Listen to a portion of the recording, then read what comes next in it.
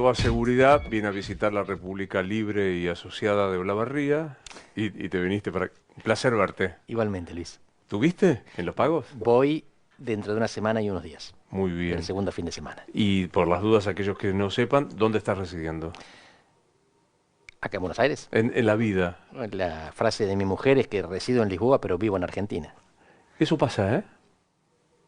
A mí me impacta mucho cuando te leo, cuando te escucho, seguís minuciosamente, pero minuciosamente, recién trasgredamos una charla afuera, hasta el tapado de María Julia Sogaray, seguís muy atento Bueno, a la realidad, eso ¿no? es de mi época, de cuando estaba permanentemente acá. Totalmente. Es muy, sabes que cuando venía para hacer esta nota decía, ¿por dónde arrancar primero? Si es por el mundo, veo Europa preparada para la guerra, según los ministros, veo por la Argentina. ¿Qué más te ocupa en este momento? Además del mundo, hay varios continentes con diferentes dinámicas. Y hay una dinámica global de disociación. Hace una década o dos pensábamos que la globalización homogeneizaba el mundo, lo armonizaba, íbamos a ser uno. Y hoy vemos que ni siquiera el Internet es una, que vas a China y tienen Claro. otras aplicaciones. Y no tenés acceso a las que uno maneja en Occidente. Lo que estamos viendo es una bifurcación. Y la inteligencia artificial posiblemente acentúe esta bifurcación. Así que lo primero que miro es esto, lo que está pasando en el mundo con una bifurcación de dos sistemas tecnológicos que se van a desconfiar y por lo tanto se van a separar. Y después en cada continente tenés dinámicas propias, pero hay un elemento común en la mayoría de ellos, que es la guerra. Y ese elemento no está presente en América Latina, no está presente en el continente americano. Claro. Sí, es interesante también saber que cuando nos quejamos de nuestros pesares, en África, en Asia, en Europa, hay misiles cayendo, hay bombas y gente muriendo. Y en América Latina también, pero por otras razones. Es crimen y no guerra. Es un problema de policía y no de soldados. Y es interesante tratar de entender las causas, de por qué somos diferentes al resto del mundo. Y hay causas malas y causas buenas. La pacificación es una causa buena. La falta de capacidad estatal para regular el crimen es una causa mala. Si lo querés ver de otra manera, hay droga en todo el mundo. Si hay producción en América Latina es porque hay consumo en Europa y en Estados Unidos. La pregunta es por qué la droga en América Latina causa violencia y en Europa y en Estados Unidos causa mucho menos. ¿Qué estamos haciendo mal en América Latina para que haya más muertos por bandas narcos que en los países desarrollados que consumen la que nosotros producimos? Acabas de abrir 5 temas de los que debería preguntarte. Voy a dar vuelta el reloj. Y me quedan 55 segundos para los 5. Minutos. Estamos bien. Pero como yo soy tan soberbio, desafío el tiempo, así que es como un indicador. Se va a terminar y yo no le voy a dar demasiada bolilla. Me quedo pensando en esto. Hoy en el programa de la mañana hablamos de esto. Sudán, hablamos Medio Oriente, hablamos Rusia-Ucrania, que sigue, digamos, era previsible, no, qué palabra incorrecta, pero era previsible que el siglo XXI nos encontrara con este tipo de guerras. Si lo era, fracasamos. No lo vimos venir. Había algunos autores que sí. En los 90 se dio la gran discusión entre Fukuyama, Mm. que hablaba del fin de la historia, y Samuel Huntington, que hablaba del choque de civilizaciones. Y en general las guerras que vemos se producen en los bordes entre civilizaciones. Por ejemplo, Rusia y Ucrania, Rusia pertenece a la civilización ortodoxa, cristiana ortodoxa, decía Huntington. Y Europa pertenece a Occidente, que son los cristianismos, católico y protestante. Y Ucrania está partida al medio. Tiene los rusófonos de un lado, los que hablan ucraniano del otro, tiene los ortodoxos de un lado y los cristianos no ortodoxos por otro lado. Hoy son esas líneas de conflicto, son esas líneas de división donde se producen los conflictos.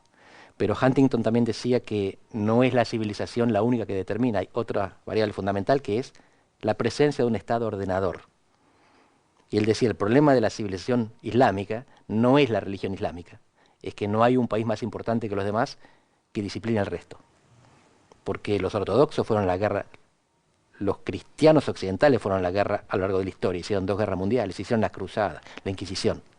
Y finalmente hubo estados que se pusieron por encima, Estados Unidos, y controlaron a los demás.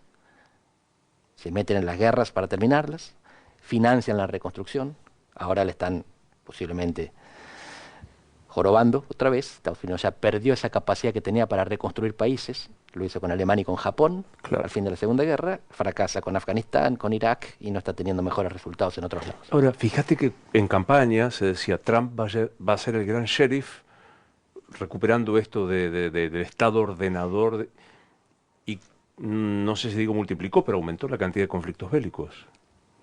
Él quería resolver 2 guerras en 48 horas. Claro. Rusia-Ucrania y Gaza. Israel-Hamás. Y al rato asume y hay una tercera guerra que él llamó de los 12 días. Israel-Irán. Irán. Ese en principio se terminó, por lo menos con ese nombre. Si ahora surge otra, será de los 13 días. Pero habiendo terminado esa, se jacta de haber terminado una guerra. En realidad es una guerra que surgió durante su mandato. No terminó ninguna de las 2 que estaban en vigencia cuando él asume. ¿Es culpa de él? No lo diría. La culpa de él fue creer que la podía terminar. Puede ser soberbia o puede ser estrategia electoral. En cualquier caso, sigue habiendo guerra en Gaza, sigue habiendo guerra en Ucrania, y él se está enojando con los que las sostienen a las dos, que es Putin en el caso de Ucrania y Netanyahu Claro. en el caso de Gaza. Está muy enojado Trump con Netanyahu, lo estuvo siempre. Porque cuando pierde la reelección, Netanyahu es uno de los primeros que acepta su derrota y felicita a Biden. Desde entonces, la relación personal no es buena. Después lo tolera porque hay una vinculación de Estados Unidos con Israel y de la base electoral de Trump con el Estado de Israel, que es muy poderosa, que se deteriora ahora, fíjate, por una causa fortuita, el bombardeo de una iglesia cristiana. Católica, nada menos que presidida o encabezada por un argentino. Esto está generando un desgaste enorme para los que apoyan a Israel o a Netanyahu en Trump. Hasta ahora, masacrar palestinos es una cosa. A los evangélicos eso no les produce demasiado disgusto. Bombardear una iglesia, sí. Fíjate por qué cosa pequeña comparada con lo que estaba pasando, se están empezando a dar vuelta las cosas. Trump ya venía con un problema similar. Es capaz, él decía, yo bajo a la Quinta Avenida y le pego un tiro a alguien y no pasa nada, no pierdo un voto. Pero el contacto con Epstein, con los archivos de un pedófilo, lo está poniendo en problemas porque afecta su base electoral. El problema no son los opositores, que siempre lo van a criticar, son los propios. Cuando vos te metes con la pedofilia, los conservadores se enojan. Cuando vos bombardeas una iglesia, los cristianos se enojan. Son dos cosas que parecen detalles al lado de las masacres, pero son las que afectan la base electoral de estos dirigentes. Ahora vuelvo a Trump para intentar ver qué es, si hay un Trump de segundo mandato distinto al primero, si es el Trump del garrote para negociar. Pero dijiste algo muy interesante. Trump toma molestia con Netanyahu cuando saluda a Biden. ¿Cuánto el vínculo personal entre funcionarios de esa magnitud condiciona la relación política o estratégica? La relación personal siempre fue importante. Hoy es determinante. Determinante. Sí. Henry Kissinger, que es uno de los grandes diplomáticos de la historia, se murió con 100 años hace poco, decía, minorizaba las atmósferas. Él creía en negociaciones estratégicas que partían de un plan por el cual vos llegabas a un acuerdo con otro tipo que también tenía un plan. Entonces vos ibas negociando concesiones mutuas hasta llegar a un resultado que no era óptimo para ninguno, pero era mejor que la posición inicial. Entonces las atmósferas que se creaban en la negociación, las amistades personales para menor.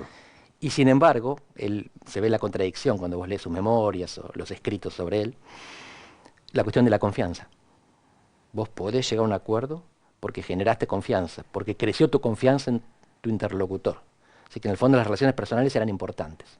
Pero eran importantes por una cuestión de pensar que el tipo va a cumplir lo que te promete, cumplir los acuerdos. Ahora, la decisión que vos tomás, tu plan depende de que te guste la persona que estás adelante. No es la estrategia negociadora. Vos cambiás tu objetivo en función de si el que está enfrente es amigo o enemigo. Para Kissinger vos tenías un objetivo y entonces era mejor negociar con alguien en el que confiabas. Pero acá tu estrategia, tu objetivo, tu destino, el punto, sí. Lo que vos querés es apoyar a tu amigo y destruir a tus enemigos políticos, no estoy hablando de interés nacional. Te lo digo ombliguísticamente, me gusta el neologismo, me lo vas a bancar, ombliguísticamente, porque pensaba, digo, se mostraban las imágenes de Giorgia Meloni recibiendo a Macron con un gesto adustísimo y a Meloni con Milei en una cosa afable. Yo digo, bueno, esto para nosotros que nos gusta hacer periodismo de sociedad, no tanto. No, y eso que Meloni es estratégica también. Y ella tiene esta relación con Macron mala porque tiene una mala relación con Francia desde siempre. Italia y Francia tienen un conflicto de interés por el caso Libia, por el petróleo que viene de África. lo explotaba Italia, y cuando Francia manda el ataque a Libia, Italia pierde ese acceso que tenía a una fuente importante de petróleo. Así. Entonces empieza a criticar Meloni hace mucho tiempo, antes de ser primera ministra, a Francia, porque Francia tiene 14 países africanos cuya moneda depende de lo que era el franco francés. Ahora es el euro, pero la supervisión la realiza el Banco Central de Francia. Y lo que dice Meloni es: ustedes son los explotadores, ustedes quieren aceptar nos retan a nosotros porque queremos limitar la inmigración, pero ustedes producen su desarrollo en África colonizando la moneda, cobrándoles patronaje, señoriaje, se dice, por el Banco Central. Así que hay una relación que es de interés nacional. Después, la relación personal tampoco es buena. Meloni a Lula le pone el codito, Claro. en el momento que lo va a saludar, y con Milei cabeza a cabeza. Abrazo y esa foto que parece casi un pico. Sí, cuentan los que los conocen que la primera vez fue apoyar las frentes y tener casi una conexión telepática. Pero yo me imagino que Meloni es más articulada que eso. Es importante la relación personal, pero ella tiene objetivos políticos y estratégicos. Político de su partido, estratégico de su nación. No tengo tan claro que Trump sea igual. Vuelvo a Trump, ¿no? Con esto digo, voy de atrás para adelante. Veo ayer publicando el video fake de inteligencia artificial con un Obama preso. El presidente de los Estados Unidos, o el presidente de los Estados Unidos anunciando el fin de una guerra por una red social, o anunciando sus aranceles. ¿Cambió todo? Todo no, porque en Alemania no pasa eso. Pero lo que observamos es que la mitad de nuestro mundo, o sea, Occidente, está en un proceso de desintermediación abrupto y profundo. Abrupto en el tiempo y profundo en el espacio. Desintermediación significa que los líderes no necesitan que haya algo entre ellos y la gente. Algo es un congreso, un partido, Claro. un medio de comunicación. Ahora directamente se comunican con tweets, con X, a través de redes sociales, el contacto directo en la calle. Y por eso los partidos políticos están en decadencia en casi todo Occidente. Repito, hay países en los que todavía no, pero la tendencia es prácticamente irreversible. Por lo que vemos, donde se deteriora la intermediación, no se recupera. Puede haber un retorno, o sea, Trump pierde la reelección, pero no es que se reconstruyen los partidos. Él maneja el Partido Republicano con mano de hierro más que en el primer mandato. Lula pierde la reelección, después vuelve, pero vuelve debilitado. No es lo mismo que antes. Hubo un proceso de desintermediación y Bolsonaro tiene la capacidad de hacer que Trump le cobre aranceles a Brasil para que la justicia de Brasil libere a Bolsonaro. Es pura relación personal por encima de las instituciones. Subrayo lo que acabas de decir, porque Trump golpea arancelariamente al Brasil para ver si lo sueltan, o le sacan la tobillera o lo dejan en libertad a Bolsonaro. Fíjate que Trump hablaba de aranceles recíprocos, que siempre fue mentira, porque le cobraba incluso aranceles a aquellos con los que tenía superávit comercial, como Gran Bretaña y Brasil. Así que no solo no es recíproco, sino que tampoco está basado en ganancias comerciales. No está buscando que las empresas brasileñas se muden a Estados Unidos solamente, ni está buscando tener superávit en vez de déficit, porque ya tienen superávit. Está buscando que un poder independiente tome una decisión sobre un amigo personal. Un poder independiente de otro país que defienda al tipo con el cual él está a gusto y el que le gustaría ver presidente otra vez de Brasil. Es una pregunta impropia de vuelta. ¿Donald Trump es? En términos de ciencia política, lo que me interesaría saber es si es una tendencia o una excepción. Y lo que estamos viendo es que es la manifestación más prominente de una tendencia. La tendencia es sobre todo la desintermediación, pero también es el capricho personal. Solo que esto lo veremos en el tiempo. Cuando vos hablas con economistas, te van a decir econochantas. Los mejores economistas del mundo, premios Nobel, te dicen que lo que está haciendo Trump es malo para la economía de Estados Unidos. Trump argumenta lo contrario. Necesitamos tiempo para ver. Por ahora no parece que esté funcionando. Pero lo que dice Trump es el dolor en el presente para el beneficio en el futuro. Me suena. Eso no se puede analizar desde el presente, porque muchas veces pasa eso, uno tiene que sufrir para vencer. El conocimiento que tenemos hasta ahora, el conocimiento académico, el conocimiento económico, nos dice que lo que está haciendo Trump no funciona. Es más, si vos se lo preguntás en abstracto, sacás Trump de la fórmula y ponés la política pública, Milei te dice que no funciona. Proteccionismo, ¿qué es eso? Solo que cuando le agregás a Trump, entonces Milei da un paso atrás y dice, no, intereses geopolíticos. Está utilizando la economía como instrumento, pero el objetivo es castigar a China. Entonces vos preguntás, entonces ¿por qué arancela a México, a Canadá, a la Unión Europea, que son sus aliados contra China? No. Le busca la vuelta. Pero si vos sacás la persona, la política no se explica. Ahora, acá hay una tendencia a decir Milei se parece a Trump, probablemente en la desintermediación, como decías, es real, incluso en los métodos de la desintermediación. Mandriles, conochantas, ñoños republicanos. Traducido al inglés es exacto lo que dice. Ahora, por el resto, ¿se parecen? En otra cosa más se parecen. O sea, las dos tendencias universales son desintermediación y simplificación. Los seres humanos necesitamos simplificar. Borges. Bueno, si tenés un mapa del mismo tamaño que el territorio, no te sirve. El mapa tiene que ser más chico que el territorio, porque la función es que vos tengas al alcance de la mano un área mucho mayor. Pero si es más chico, simplificaste. No puedes poner exactamente cada centímetro. Bueno, el ser humano necesita simplificar. ¿A qué nivel? Depende de la complejidad del asunto. Pero la realidad es cada vez más compleja. Entonces, ¿saben? No tenemos idea de cómo funciona esto, de lo que depende de nuestra vida. Antes teníamos un montón de cosas, en una agenda, una linterna, un teléfono, y ahora está todo acá adentro. Esto nos simplificó la vida, pero para entenderlo es difícil. Lo que hacen estos líderes es tornar la vida en blanco y negro, el mundo en blanco y negro. Bueno o malo, Claro. amigo o enemigo. Es ellos y nosotros. La definición básica de la naturaleza humana, somos tribales. Necesitamos pertenecer, y pertenecer significa contrastar. Somos estos, no somos esos. Cuando nos civilizamos, esos son el otro equipo de fútbol. No nos matamos, nos puteamos en la tribuna. Cuando quitamos esa capa suave, delicada y fina de civilización, nos agarramos a palos o a bombas otra vez. La civilización lo que hace es domesticar las rivalidades tribales. Estos tipos las agudizan por ahora de manera que no llega necesariamente a la violencia, sobre todo en el caso de Milei. Pura violencia verbal. Por ahora no vemos violencia física. No hay muertos por represión en Argentina. Veo tu cara de sospecha. Argentina tiene una característica que es particular en el mundo. Hace 15 años que baja la tasa de homicidios, con todos los gobiernos. Con Sabina Frederick y con Patricia Bullrich. Con Cristina Kirchner, con Mauricio Macri, con Alberto Fernández y con Javier Milei. Es una sociedad que avanza hacia la pacificación. No estoy diciendo que sea permanente. Si metemos la pata, en Rosario tenemos un ejemplo de lo que pasa cuando las políticas públicas no son inteligentes. Cuando son inteligentes, se reduce la violencia otra vez. ¿Qué quiere decir esto? Que Milei no revirtió la tendencia. Hay ahí una inteligencia, una percepción que trabaja sobre una gran cualidad que tiene la Argentina, que es una sociedad pacífica. No es una naturaleza. En los 70 éramos una sociedad violenta. Portugal, que es una de las sociedades más pacíficas de Europa, en 1908 mató al rey y al delfín. Un magnicidio que 2 años después termina con la monarquía, da la república. Después tuvieron dictaduras y tuvieron una guerra colonial de 13 años. Y ahora vos, si insultás en Lisboa, se ruborizan, que les parece muy violento. Vuelvo a Argentina.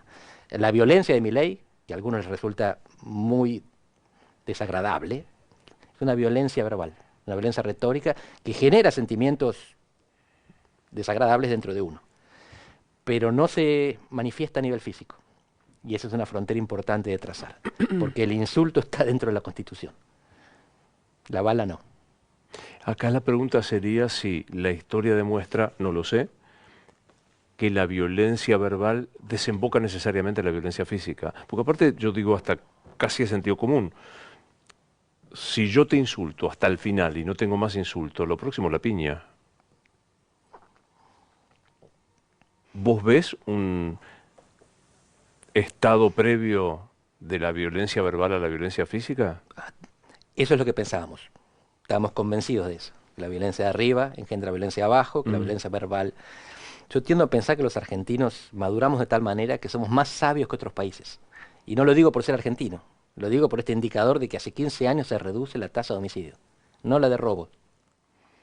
Si vos ves las tapas de los diarios, esto que estoy diciendo, pero cuando vos ves los números, Estados Unidos tiene 50% más homicidios que Argentina, per cápita. Estados Unidos. En toda América, de Alaska a Tierra del Fuego, hay solo 2 países que tienen menos homicidios que Argentina. El Salvador, con métodos extremos, y Canadá.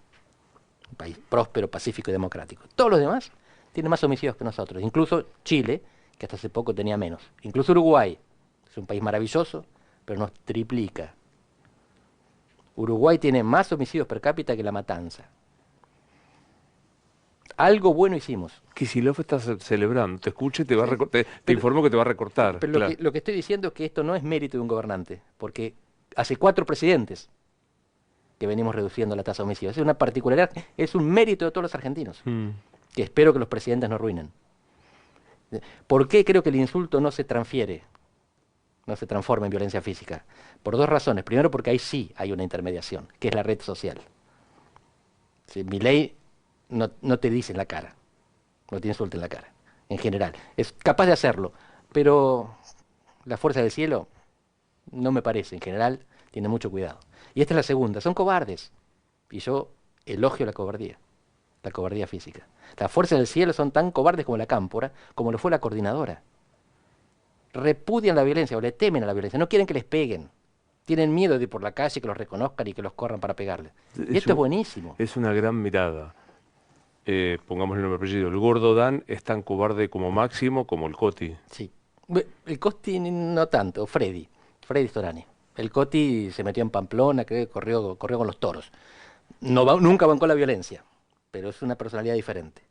Pero Freddy Storani, que es el gran pacifista de la Coordinadora, detesta la violencia. Es un escándalo una vez por una convención radical tirar una botella de agua. Un escándalo.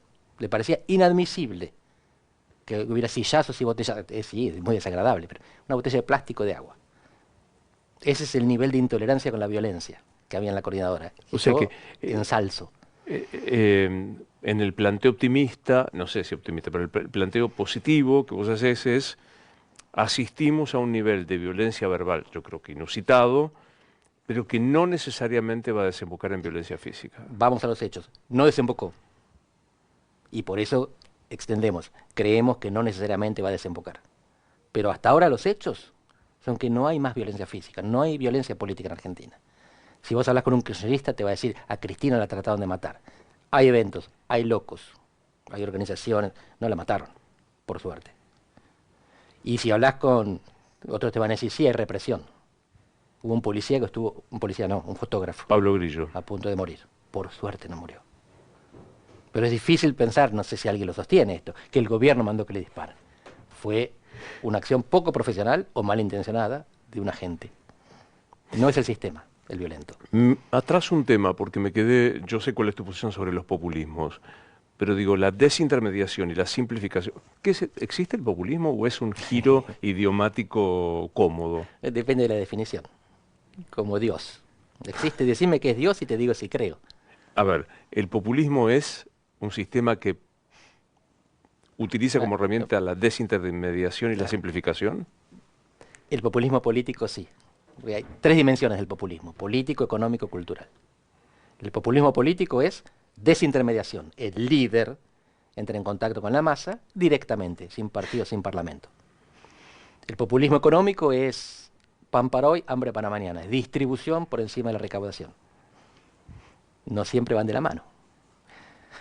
Y el populismo cultural es la reducción de la diferencia, de la distancia entre la dirigencia y el pueblo, la casta.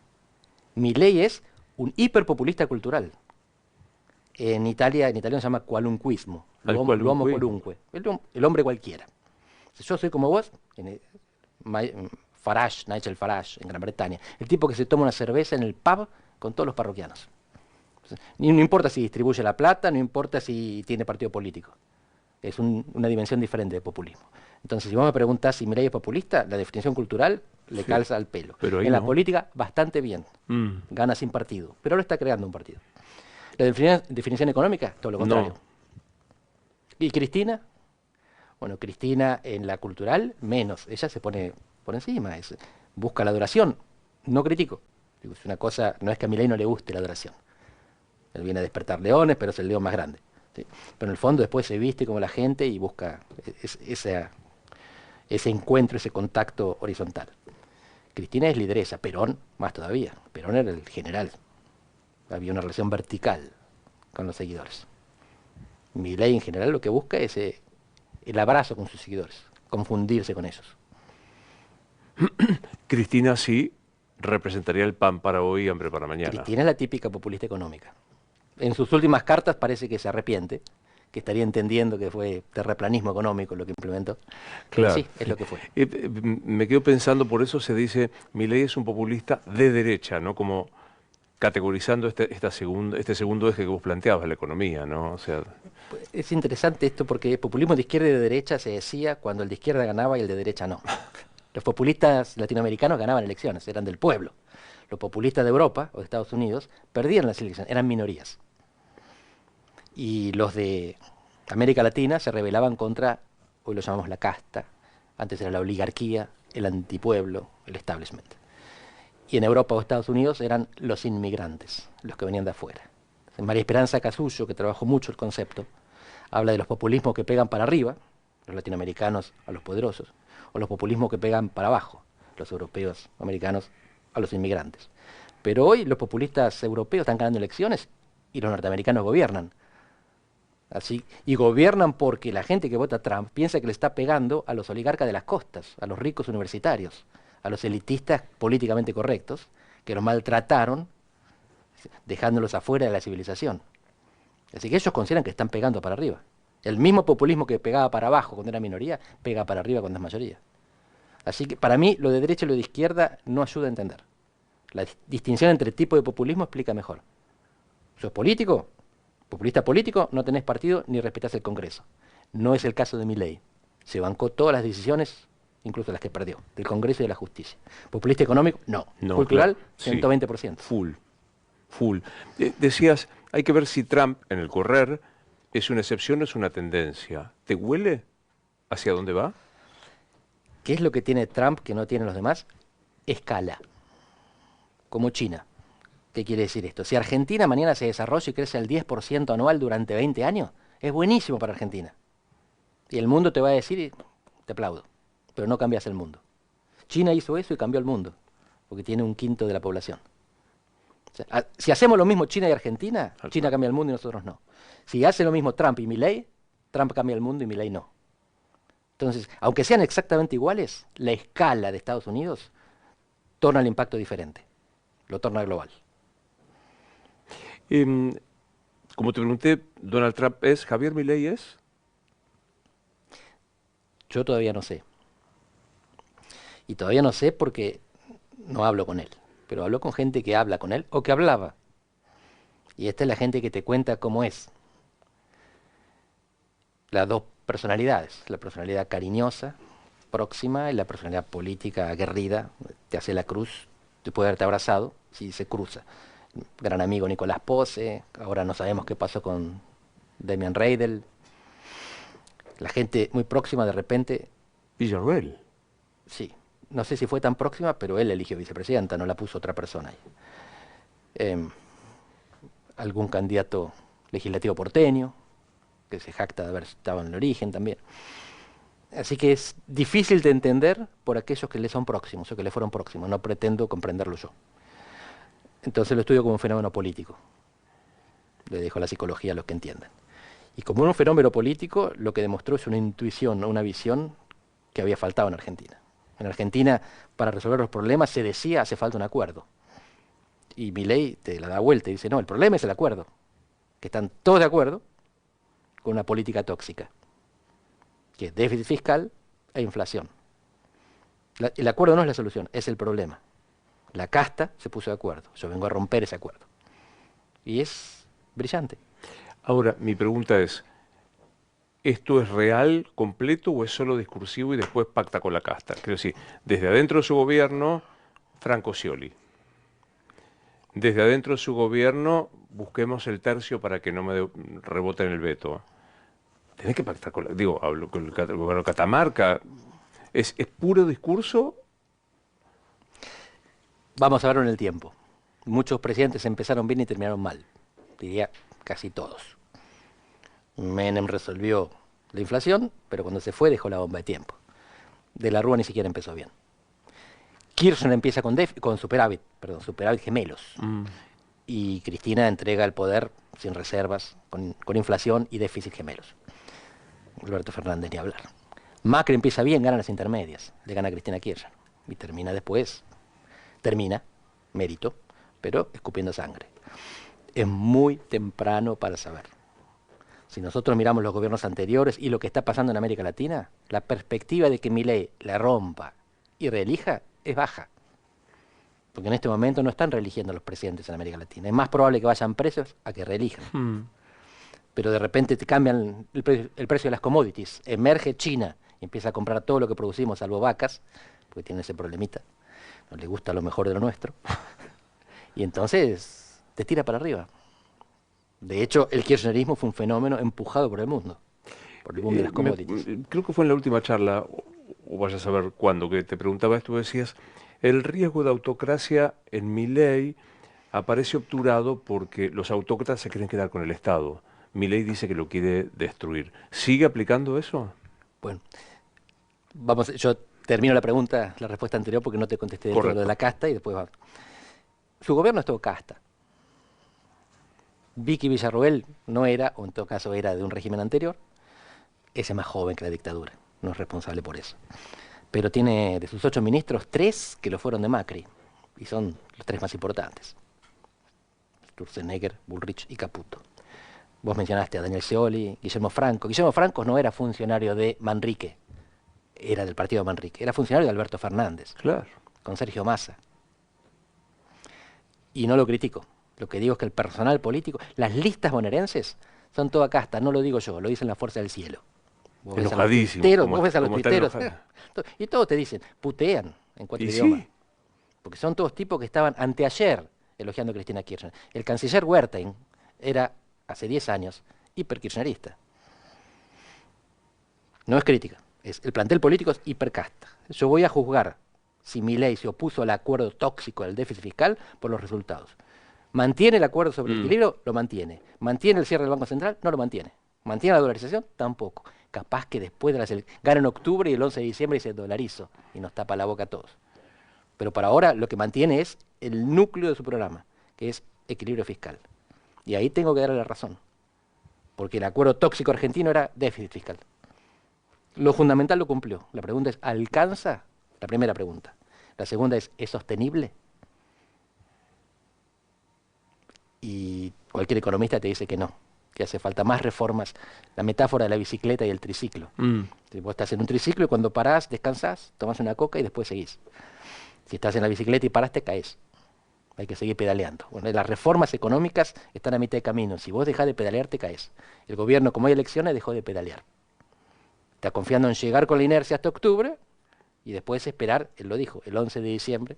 Entonces espero el 11 de diciembre. Entonces espero el 11 de diciembre, ahí vuelvo a pedalear y más vale que me acompañen. Súbanse al Sidecar porque si no se quedan a pata. Macri intentó eso. Ganó las elecciones intermedias del 17 y en abril del 18 le explotó la economía. No quiero que pase eso. Pero esos son los antecedentes de Argentina. Cuando vos comprimís, cuando vos demorás las reformas para ganar una elección, te termina saltando la cara. Voy al otro. ¿Hay riesgo autocrático? Vos me decías, no. Por definición, los autócratas se quieren quedar con todo, aumentan y se... ¿Sigue aplicando esa mirada? Riesgo hay. Mi argumento es que es bajo. Casi diría mínimo. En parte por esto de que Milei no concibe el Estado como objetivo. Ahora, vos mirás el discurso de Damian Reidel, el jefe de gabinete de asesores, que renunció para dirigir Núcleo Eléctrica, una extraña empresa que es privada, pero propiedad del gobierno.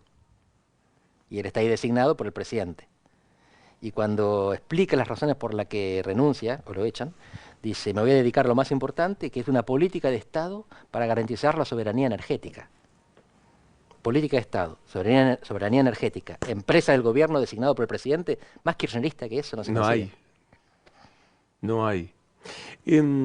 Probablemente sea también el prisma personal que tiene esta pregunta, pero a nivel global y a nivel local, ¿sentís que hay un movimiento, una tendencia misógina, homofóbica, racista, etcétera, etcétera? Quien conoce a Milei me dice que él no es homofóbico. Me lo aseguran a muerte, que él no lo es. El discurso que hizo en Davos pareció que lo fuera. Hay quien dice que le erró en esa acentuación, hay quien dice que no dijo eso. Hay un clima. vos me lo podés contar mejor que yo. Es un clima general, que no está relacionado directamente con la orientación sexual, sino con la llamada dictadura de lo políticamente correcto. Hay mucha gente que se sintió reprimida y censurada durante mucho tiempo, porque no podía hablar, porque no podía hacer chistes, porque no podía decir las cosas que pensaba. La cultura de la cancelación. Orientación sexual es uno de los temas, pero hay muchas más cosas. Aborto, feminismo, que no es lo mismo que orientación sexual.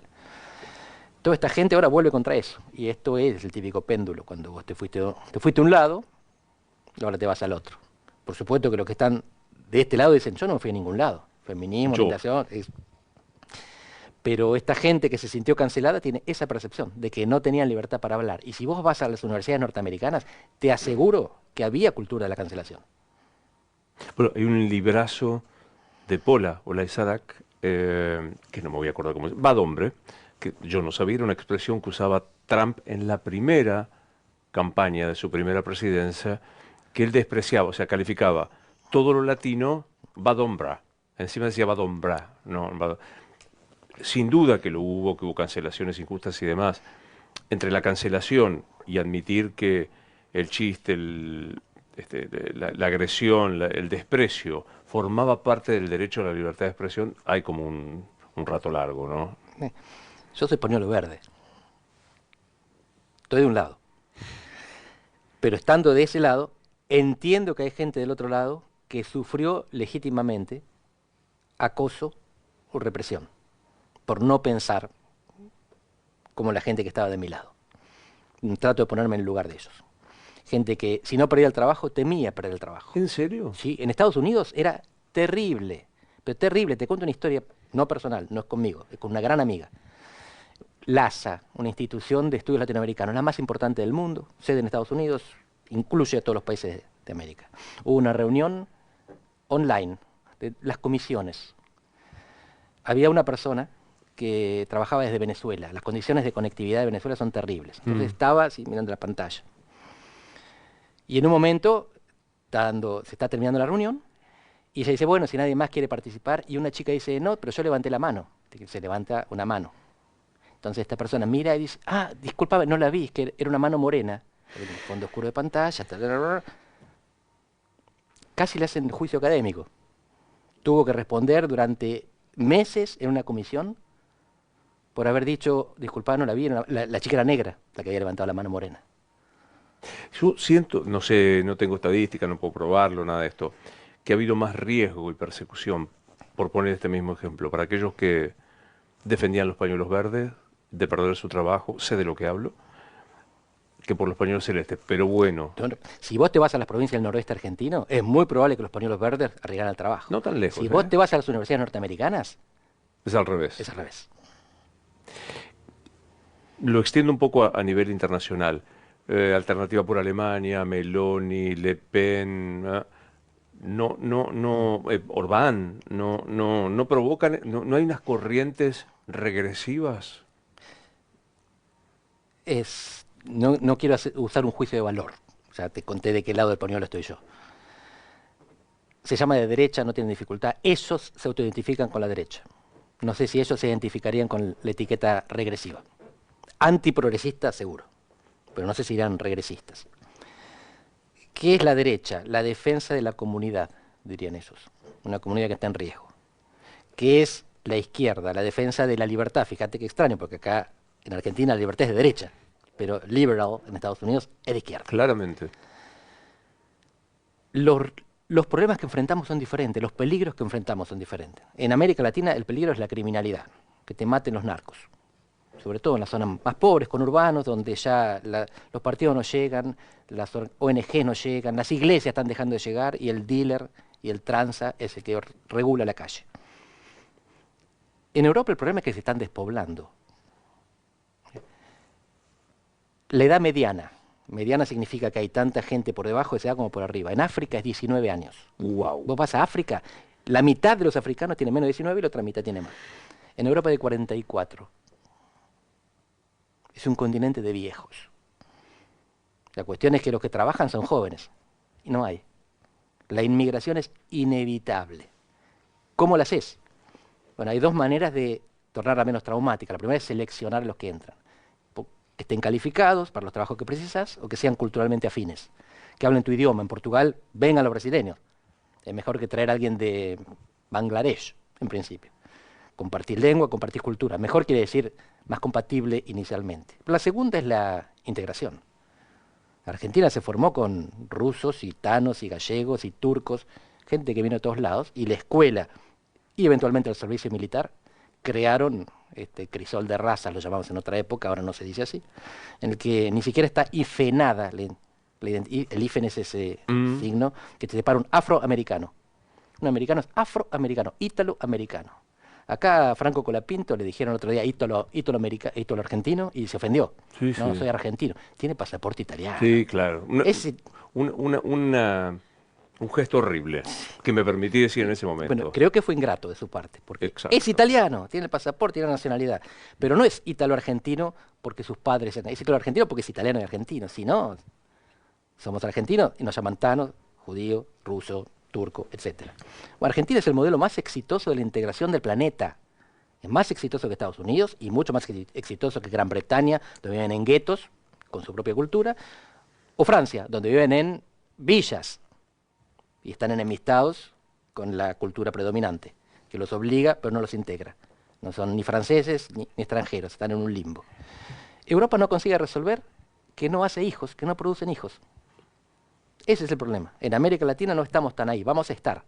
Argentina, de repente, el último censo mostró que nos clavamos en 46 millones. No crecemos más. Pero Argentina es un país que sigue integrando, que tiene más inmigrantes que emigrantes. ¿Coincidís que Juntos por el Cambio ya no existe más?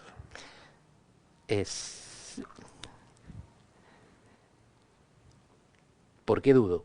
Porque, por ejemplo, entiendo que los gobernadores del ex Juntos por el Cambio tienen un WhatsApp. Sí. Y creo que se sigue llamando Juntos por el Cambio. Sí, Entonces sí. No sé, tanto no sé. Bueno, hay un espectro todavía, hay una inercia residual que hace que entre Frigerio y Cornejo, el PRO y el radicalismo, tengan todavía una sintonía. El tema es que los partidos están rotos, porque Frigerio no participó en la campaña de Jorge Macri, en la capital, y Cornejo no creo que participe en la de Valdés, de Corrientes. Estoy hablando de los mismos partidos. Entonces, Juntos por el Cambio, podría decir no existe más, pero el problema es que los partidos están dejando de existir. Hoy tenés en la provincia de Buenos Aires radicales, PRO, incluso liberales y peronistas en todas las listas. Doy un paso más, entonces voy a los partidos. Yo lo digo y se enoja mucho Mauricio Macri y otros dirigentes. La Libertad Avanza se deglutió al PRO. Sí, el PRO tiene un plan B. El PRO que pretende mantener alguna dignidad. Son los que se abrieron. Los intendentes de Junín, de Pergamino, de 9 de Julio, de Puan, que se fueron con otras opciones, con Somos Buenos Aires o con los hermanos Pasaglia, en la segunda sección. Y dicen, acá, mira, dejamos esta semillita. Si el gobierno, si los libertarios fracasan, estos somos los que quedamos, vuelvan. Puede fallar, puede no ser necesario. Pero eso de tirar semillitas en muchos campos te permite la posibilidad de creer que no estás muerto, estás hibernando. Pero digo, hablo del PRO que su expresidenta hace 15 minutos es más libertaria que Karina. Rodríguez Larreta no me acuerdo cómo se llama, Vamos a Buenos Aires o algo por el estilo. Y Mauricio Macri, que termina agachando la cabeza para que Santilli diga, sin ponerse colorado, estoy para septiembre o no estoy para octubre o no estoy. La dirigencia del PRO salió disparada para todos lados. Lo de sin ponerse colorado me salió de casualidad. Ahora me doy cuenta que acabo de decirlo. Lo Porque juro que... no se puso más colorado. Eso. Hay todavía un cierto electorado del PRO. Hay todavía gente que dice, soy antikirchnerista, lo que está haciendo Milei en economía está mal, no me banco todo lo demás. ¿Hay? Hay. Que estarían dispuestos a votar una alternativa moderada que en el mundo se llama centro-derecha. Fíjate que en España estuvieron a punto de romperse los partidos centrales. El Partido Popular centro-derecha y el PSOE centro-izquierda.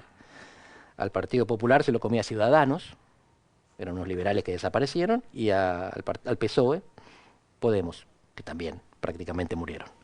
Y hubo una reconstitución del centro, de los dos partidos tradicionales, que ahora son enfrentados por Vox, que se fue más a la derecha. Pero hubo una revalorización de esa modernización, de ese centrismo dentro de la izquierda o la derecha. Y eso depende del desempeño en el gobierno. Si a Milei le va bien, Claro. el PRO no está hibernando. O si está hibernando, deja respirar y muere.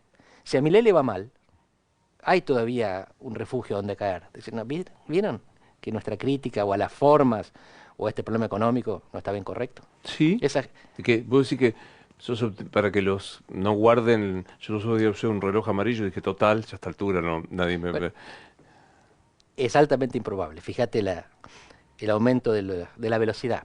Argentina tuvo 3 partidos nacionales. Partido 19, el radicalismo, partido 20, el peronismo, partido 21, el PRO. El radicalismo metió 6 presidentes, el peronismo metió 8 presidentes y el PRO metió 1. Y ahora están desapareciendo los 3. No van a desaparecer los votantes, va a haber un núcleo importante. Hay un 30% de gente que quiere votar algo parecido al peronismo. Mucha de esa gente está concentrada en Buenos Aires, en la provincia de Buenos Aires. Los peronistas cordobeses son otra cosa, otro mundo, y así cuando te vas al noroeste. Que los dirigentes se manden el mundo de las macanas no significa que tu pertenencia a una comunidad que piensa y siente de una manera desaparezca también. Si vos te vas al norte de África o a cualquier país de Medio Oriente, puedes preguntar, ¿usted de qué religión es? Y te van a mirar con cara de musulmán. ¿Qué otra cosa voy a hacer? Bueno, si vas al conurbano, a algunas regiones, y preguntas, ¿vos qué sos? Soy peronista, ¿qué otra cosa voy a hacer? ¿Acaso sos peronista? Es tu comunidad, es tu identidad familiar, colectiva. Bueno, esa gente está aunque los dirigentes tengan tobillera. Con el PRO es un partido más nuevo, pero vengo de encontrarme con gente que me dice, mirá, yo voté a este porque enfrente estaban los otros, pero yo soy PRO, hoy me lo dijeron. Pura casualidad, es una persona, 2 personas, no es el caso. Pero los estudios de opinión te muestran eso, que hay una identidad liberal en Argentina. Liberal. Milei no es liberal. Milei claramente no. Milei difunde a Kaiser, que es este chileno que dice que los izquierdistas tienen parásitos cerebrales. Un liberal dice, vos pensás diferente. No, tenés parásitos cerebrales. Sí, no es enfermo el que piensa diferente. Y en todo caso, el liberal se sienta genuinamente, a ver lo que dice este tipo, o sea, se plantará en sus principios, pero le da hasta el verdadero liberal le da una curiosidad por lo que dice el otro. Bueno, hay liberales excesivamente tolerantes que tienen esa posición y otros que están súper convencidos de lo suyo. Dicen, vos estás equivocado, pero no, vos estás enfermo. Esa es la diferencia entre ser liberal y no serlo. El liberal piensa que el otro está equivocado y tiene derecho a equivocarse. Sí, claro. ¿Sí? Y yo no le quiero cambiar la cabeza, no lo quiero matar ni aprisionar por eso. Le quiero ganar. El que piensa que el otro está enfermo lo quiere internar. Me quedó picando que el peronismo está desapareciendo, el PRO está desapareciendo, le voy a dar el gerundio por ahí. El radicalismo, entiendo, porque es muy difícil. Un colega tuyo del Helsinki, no sé, te lo encontrás en un congreso en Budapest. Mirá todas las vueltas El que... politólogo sueco de Mario Weinfeld. ¿No? Exacto. ¿Qué es peronismo, Malamud? Era un partido político orientado hacia el poder basado en la sensibilidad popular, social. Esta es la definición politológica. La definición sociológica es más rica, porque es una identidad colectiva. Esto de ser peronista, no votar al peronismo. Voto al peronismo porque soy peronista. Primero soy. Un partido político lo que hace es organizar una elección y un gobierno. Es instrumental. La identidad es permanente, es existencial. El peronismo lo que hacía era combinar la combinaba la existencia peronista con la instrumentalidad partidaria. Muy interesante. Entiendo la instrumentalidad partidaria. No, ¿por qué no entra en crisis? Pregunta mía diaria. A la mañana nos toca cubrir mucho de lo policial, eternamente robado en La Matanza. Y mi pregunta es, ¿por qué ganan siempre los mismos? Digo, esa entidad peronista no se cuestiona nunca, ni aún cuando corra riesgo tu vida o no estés a la altura de satisfacer tus necesidades básicas. Bien. Vos mencionás La Matanza. Yo agrego Formosa, porque no es la misma explicación, pero son los 2 casos que los gorilas justamente toman como ejemplo. Dijiste los gorilas, hiciste una pausa y me miraste. Muy bien, venga. Un cariño. En Formosa la explicación en parte es esa sensibilidad popular del peronismo y en parte es la coparticipación. Claro. Tienen plata que viene a otras provincias, esa plata la reparten. 7 de cada 10. Hay clientelismo, pero también hay identidad, no es solo clientelismo. Y está súper estudiado que el papel de los punteros en los grandes centros urbanos, el papel de los punteros es la proximidad humana, no es el reparto de chapas y colchones, nada más. Es alguien a quien recurrir porque el Estado no está presente. Vos no te encontrás con los legisladores y con el presidente todos los días. Y el puntero es el tipo que va a tu casa o que vos le tocas el timbre y decís, tengo este problema. Y sabe a qué lugar de la municipalidad ir para que te resuelvan ese problema. El puntero cumple una función de vínculo humano, no de reparto de cosas nada más. Y eso desde nuestra riqueza, desde nuestra prosperidad, es difícil de ver. Pero cuando vos, Rodrigo Sarazaga, sacerdote jesuita, politólogo de altísimo nivel, él está ahí y ve esto, ve lo que significa el vínculo humano, más allá del reparto material. Así Eso es Formosa. son las dos cosas. En Formosa hay mucho clientelismo, pero también hay... Proximidad. El peronismo es vocación de poder con sensibilidad popular. La sensibilidad popular está. Cuando vienen los cajetillas, los blancos, ricos, a pedir el voto, la gente lo mira y dice, este no es de los míos. Este no es de los míos. Eso no es como yo. ¿Opera mucho en Matanza, por poner el ejemplo? No, opera entre los blancos también. ¿Por qué los peronistas nunca ganan en la capital? Vamos a ser políticamente incorrectos. En la capital son blancos, en el conurbano son negros, dirían con orgullo. Los hinchas de Boca se llaman bosteros, ¿sí? Con orgullo. Lo de arriba es gallina. Bueno, acá, ¿sí? Cabecita negra. Eso somos nosotros. Bueno, los de la capital tienen vergüenza de llamarse blanco, pero lo son. En la capital ganan los gorilas, porque la gente es de clase alta, acomodada, que se considera democrática y civilizada. Y en el conurbano ganan los peronistas porque la gente se considera pueblo. Son identidades sociales. Y el otro es el otro. Entonces yo voto al mío. Alejandro Dolina, no sé si te lo conté ya, ¿No? una historia espectacular. Él dice que tenía una novia, mira qué cosa, filo radical en los 80.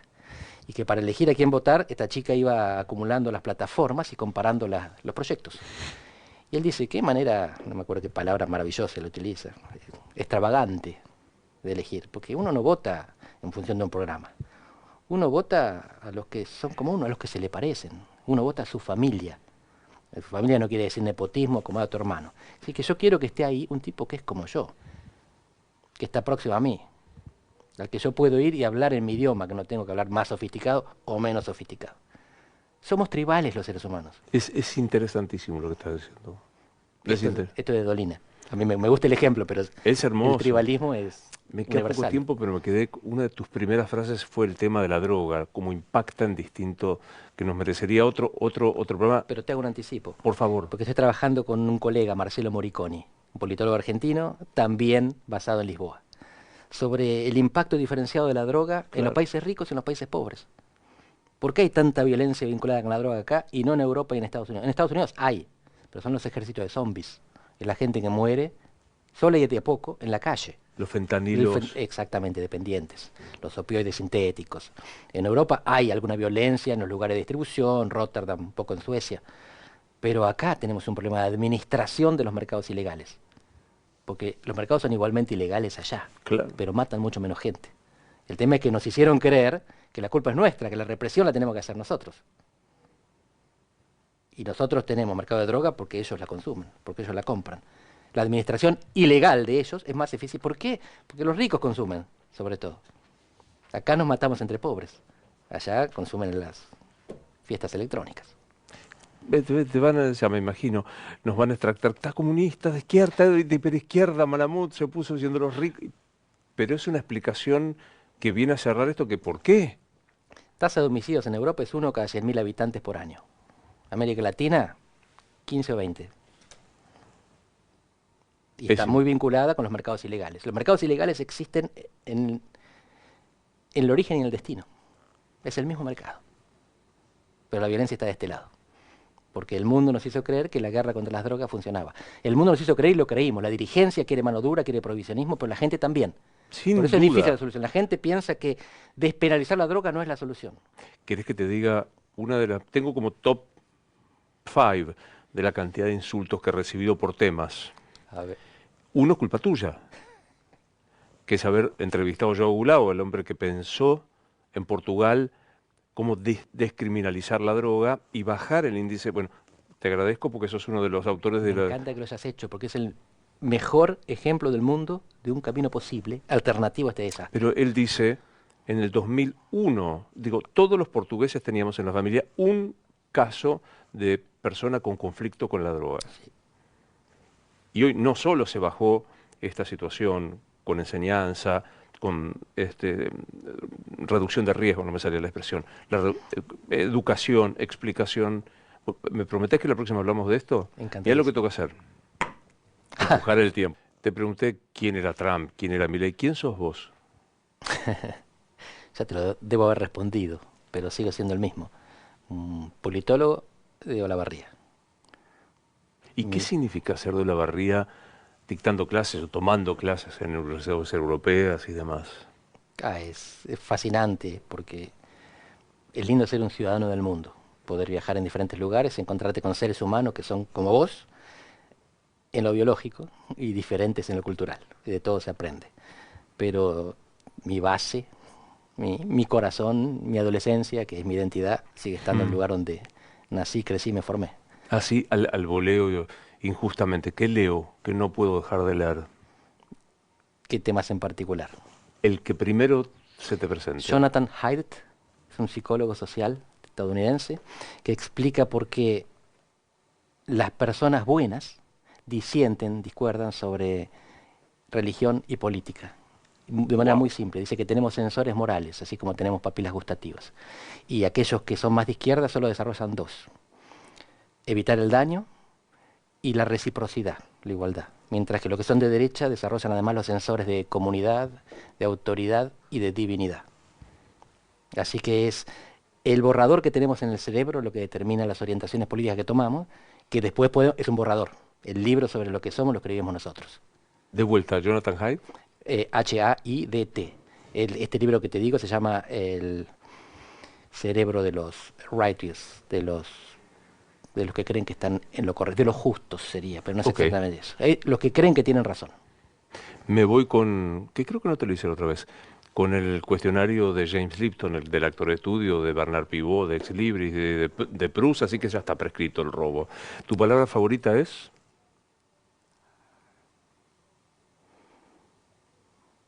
No está de moda desde la sociedad decir libertad.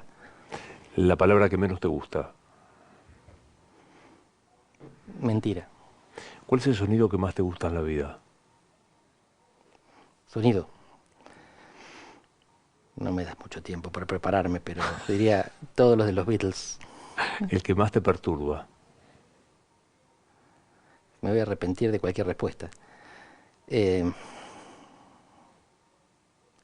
Los aullidos de dolor. ¿Cuál es tu insulto favorito? Cazzo puto. Si Dios existe, Dios existe. A mí no me concedió la fe. Juguemos. Catecismo de la Barría. ¿Qué te va a decir allá arriba? Divertite. Nos morimos y ¿qué pasa? Nos recuerdan. Sé que el resto por ahí se enoja cuando digo esto. Es un especial placer verte y escucharte. Me gusta mucho que se repita.